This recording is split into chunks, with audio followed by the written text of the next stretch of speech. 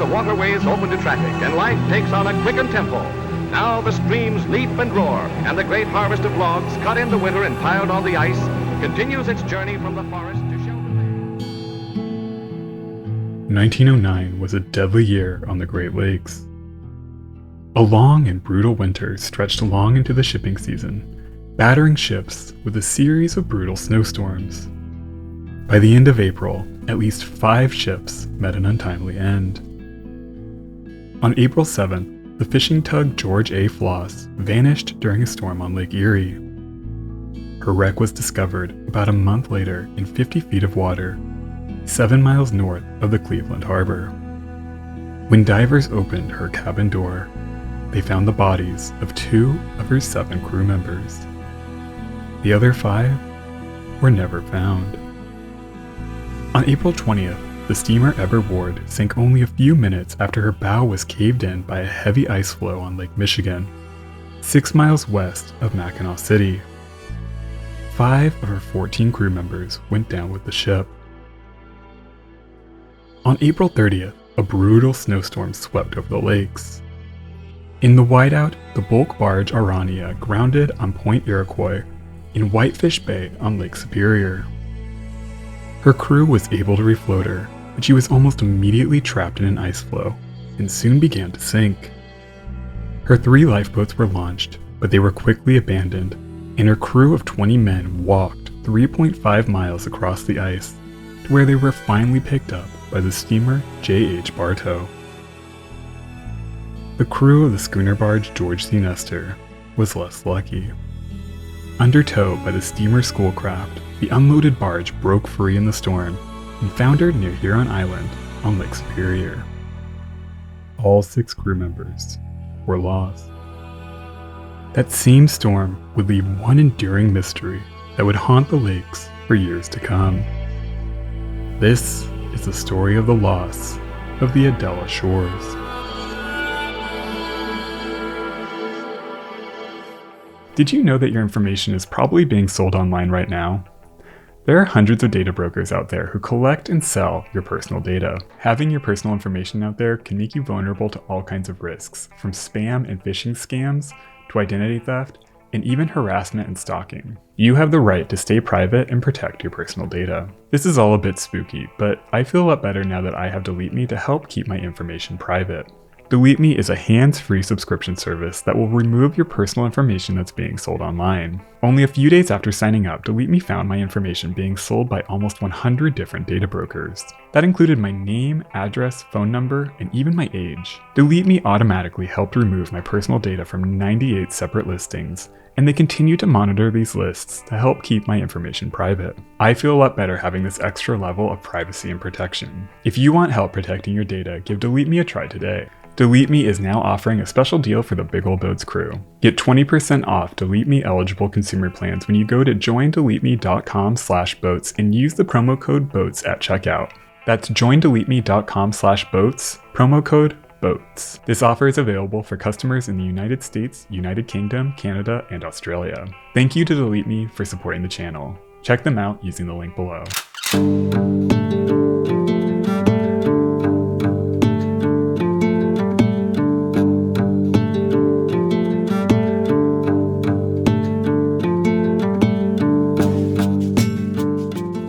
Before iron ruled the Great Lakes, lumber was king.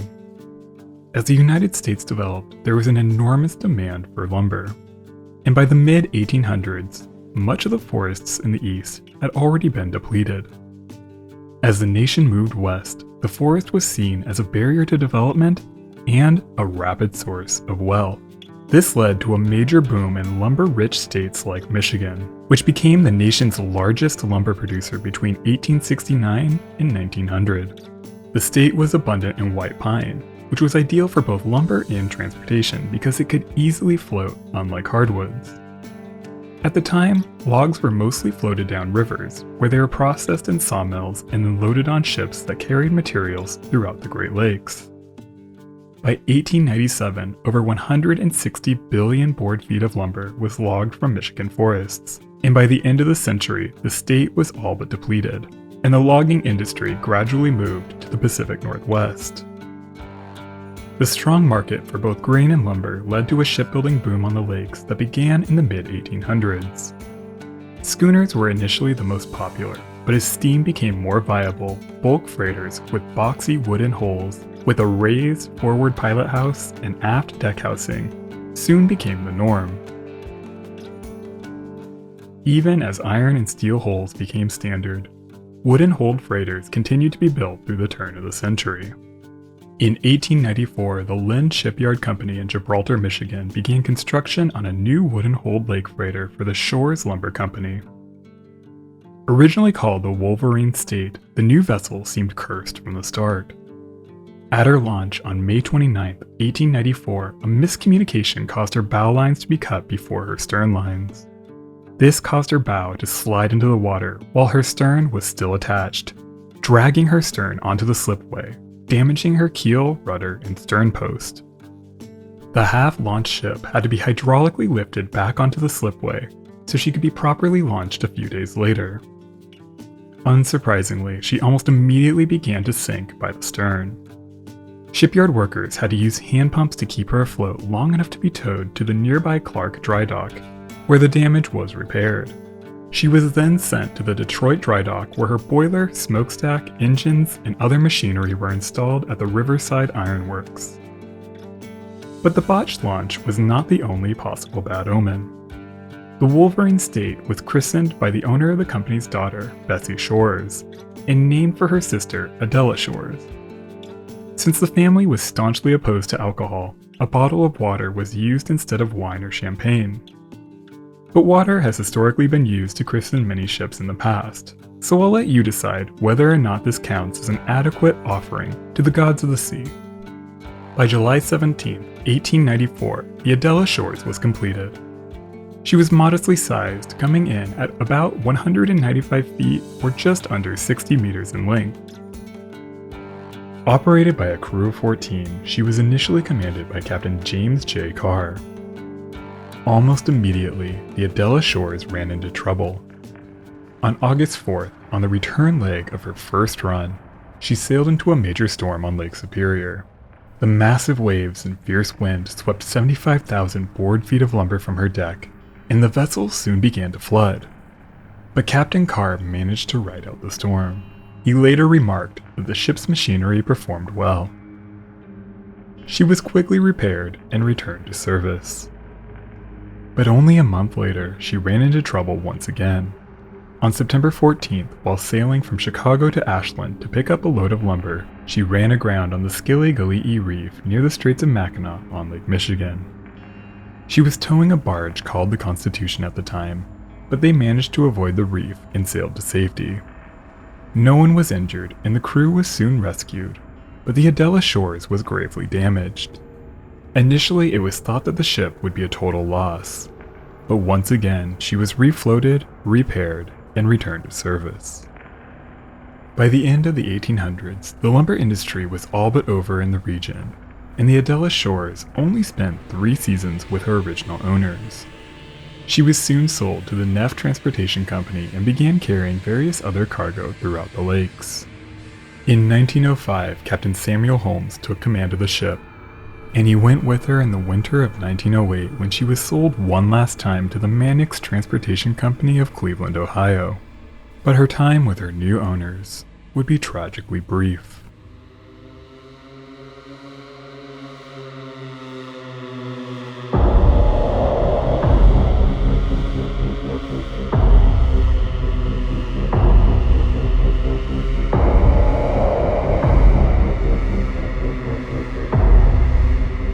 Much is said about the November gales on the Great Lakes, but early season storms take a deadly toll of their own.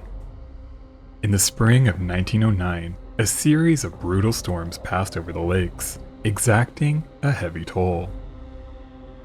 The Adella Shores was commanded by Captain Samuel Holmes, her master for the last 5 years. Holmes immigrated to the United States from Norway in 1890 at the age of 16. He immediately took to the lakes after arriving in the States, and gradually rose through the ranks before captaining his own ship. The 35-year-old captain was not just the ship's master. He was also a part owner as of her sale in the winter of 1908. Being a part owner, he had an even greater interest in getting his ship underway as soon as possible. So while conditions were less than ideal, with winter weather stretching well into the spring of 1909, Captain Holmes brought the Adella Shores out of her winter layup in Grand Haven, Michigan in April, and prepared her for what he hoped would be a prosperous season.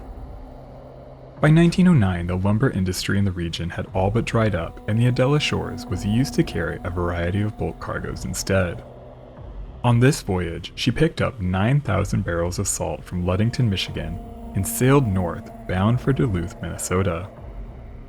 Ordinarily, the heavy ice would have kept wooden-hulled freighters in port for a few more weeks at least, but Captain Holmes was eager to get underway. As soon as reports indicated that a navigable path had been cleared by the larger and stronger steel-hulled freighters, the Adella Shores began her voyage.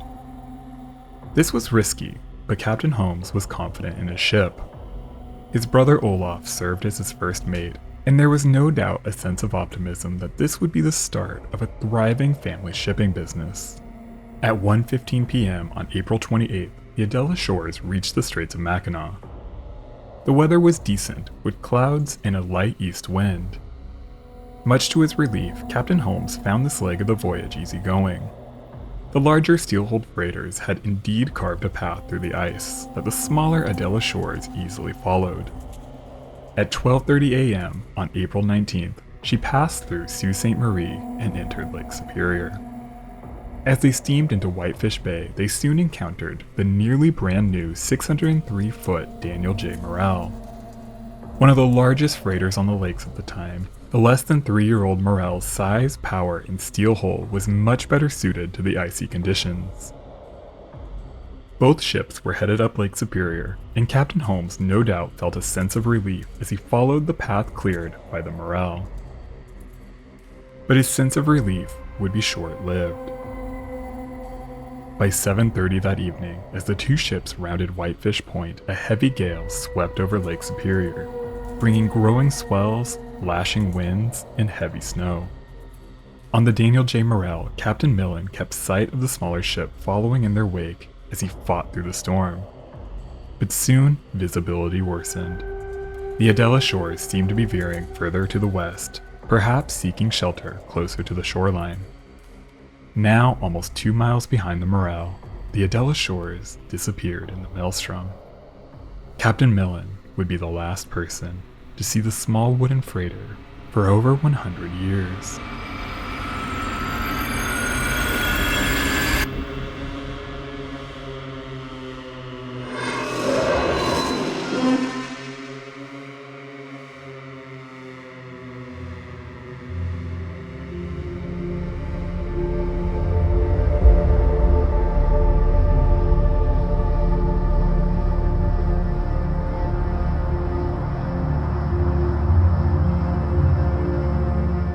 As the late April storm cleared, the 1909 shipping season began in earnest.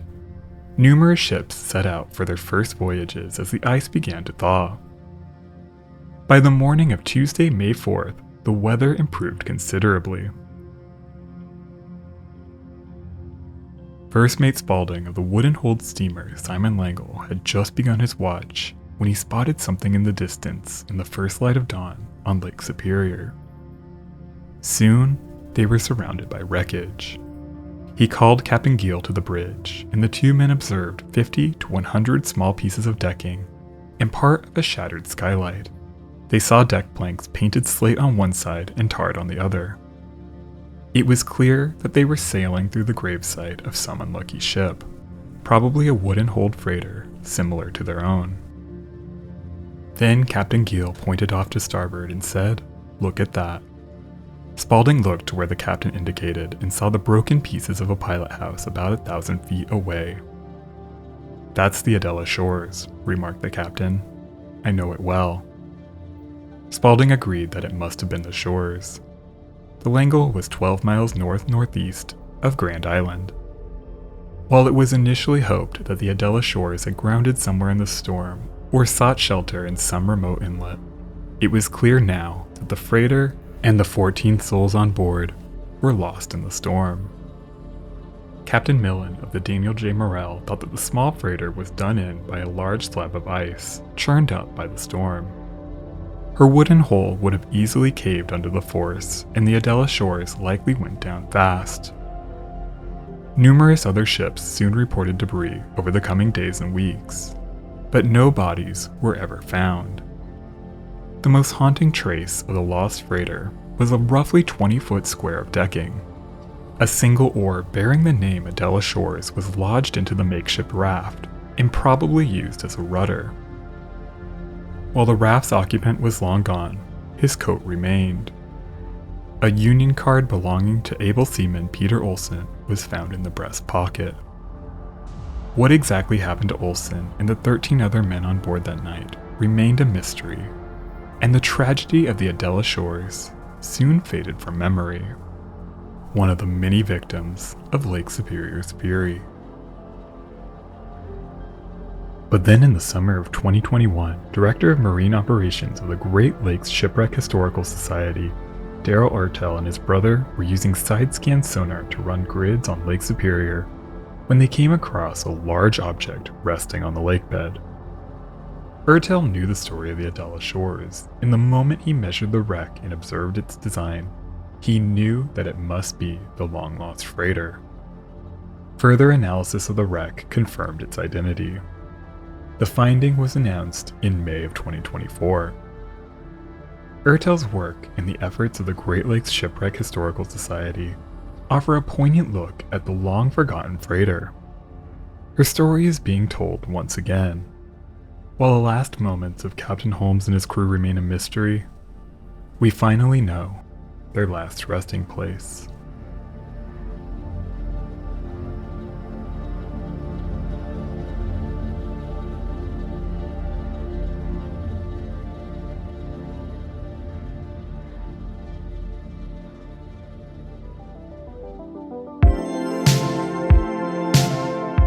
Thank you so much for watching. If you appreciated this video, help out the channel with a like and comment, and subscribe if you haven't already. We'd love to welcome you aboard. I'd like to give a special shout out to my supporters on Patreon and my channel members. Their support helps keep the channel afloat. Alright crew, that's all I've got.